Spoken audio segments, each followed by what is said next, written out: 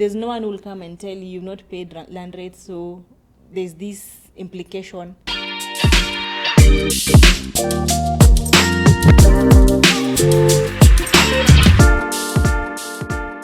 Are you a foreigner or local looking to buy property here in Kenya? Today we have a lawyer who is specialized in property law who is going to take us through. Her name is Miss Mora. I think you can tell us more about yourself. I'm Judith Mora Otero, but I prefer going by Mora. I'm a lawyer and I specialize in property law. Thank you. I'm happy to be here. Nice. Before we dive into real examples, let's set the foundation. In simple terms, can you tell us what is property tax and who is legally required to remit it? And at what point in property ownership is does this obligation kick in? Okay.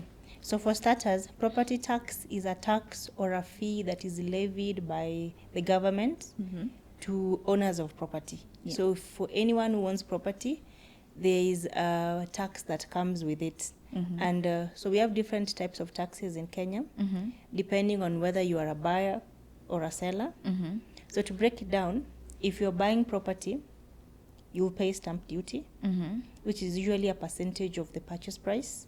It's either 2% or 4%. Okay. 2% is mostly for agricultural properties, which are freehold. Yeah. And 4% are for leasehold properties or properties within a municipality. Yes. So, at what point does this property tax kick in? So the property tax kicks in for buyers. As I've said, you pay stamp duty. So at the point of the transfer process, that is when you will be required to pay stamp duty. Okay. So once I start, as a lawyer, once I've been engaged by a buyer and I take due diligence, I prepare the agreement for sale. And then once I start the transfer process, I start by undertaking government valuation. And then after government valuation and the government value has given us a value of the property, at that point is when you will pay stamp duty, which is usually either 2% or 4%, as I've said. Okay, depending on where where the property is located. Is located. Yes. Okay. But there's also capital gains tax, which is payable by now sellers, Okay. which is usually 15%. And there's a way we'll get to that. We'll get to that. So right now, just sellers should know that they're supposed to pay capital gains tax. If you grab 10 random property owners in Nairobi right now, how many would actually be fully tax compliant, and what's one thing most of them are probably missing? The issue that comes to mind is probably land rates and land rent.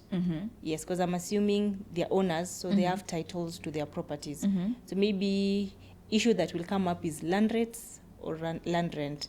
So usually there's, depending also on where your property is located, for agricultural properties or properties in rural setup or freehold properties generally, you might pay rates or you might not pay rates. But for leasehold properties or properties within municipalities or in cities, you'll also pay rent. Okay. So you'll find so if you are, for example, someone who owns property in Kenya, Yeah. there are those who pay land rent and land rates on the property, and there are those who pay rates only, but they don't pay rent. So it depends on the title you hold. There are those titles that attract only land rent, and there are those which attract land rates and rent. But for agricultural property, you won't find yourself paying land rent for such properties. Okay. But you might find yourself paying land rates for freehold properties, depending on the area.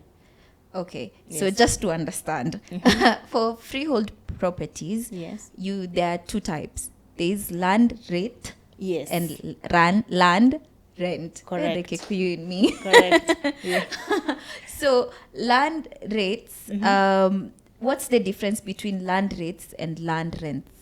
So land rates are payable to the county government, and land rent are payable to the national government. Okay. So in simple terms, it depends on the title you hold. Okay. But just know that if you hold property in a city Okay. or in a town setup, rates is mandatory. Okay. But rent is optional. Okay. Actually, if you look at your title, it's usually indicated whether you'll pay land rent or not. Okay. So if you give me your title right now, I can tell you for sure it's even indicated there that you'll pay rent. Okay. But for rates, you might not know until you visit the relevant offices, and then you'll be told this is the amount of land rates you'll pay. Okay. Yes. So in terms of titles, you said it depends on your titles. Yeah. There are there are different titles, right? Yeah. So there's leasehold titles and there are Yes. freehold titles, right? Yes, So correct. for freehold titles, the one that you pay land rate.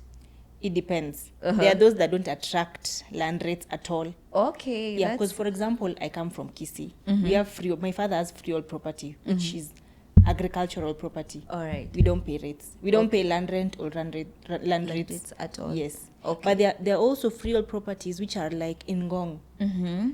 And you will find that sometimes you'll be told to pay rates. So it depends on the area. Is it really in the rural setup, like rural, Yeah. or is it a town-ish? So if it's in a Oh. town-ish, you'll find yourself paying rates. But for any freehold property, you will never pay rent. Okay. For any freehold property, you will never pay rent. But for rates, there are those that you'll pay rates, and there are those where you'll not pay rates.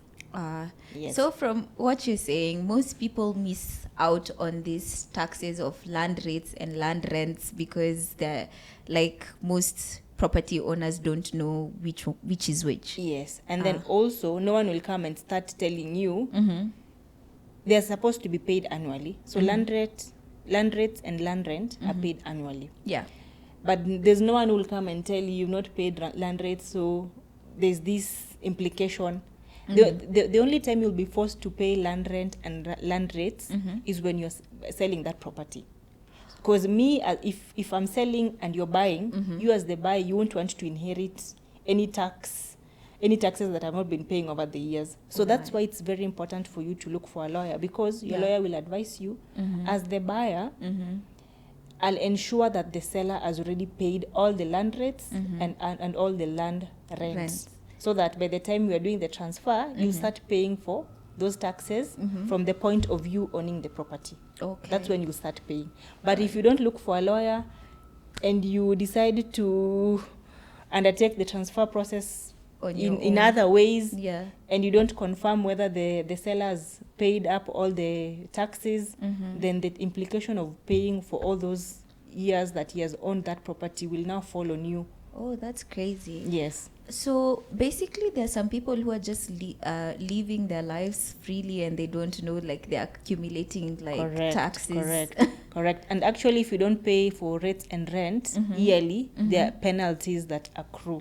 Oh, so there are repercussions to you not paying these taxes. There are repercussions. That's why. What kind of repercussions do people get from not paying their land rates and land rents? So you'll pay penalties. So for every year that you've not failed, you've failed to pay the rents or rates, there's an amount that is added on top of what you're supposed to pay. So eventually, when we're going to pay all this, when you're going to pay for the rates and rent, so there's a you'll have to pay increase each and every month. Yes, yearly. Yes, you'll have to pay for all the penalties.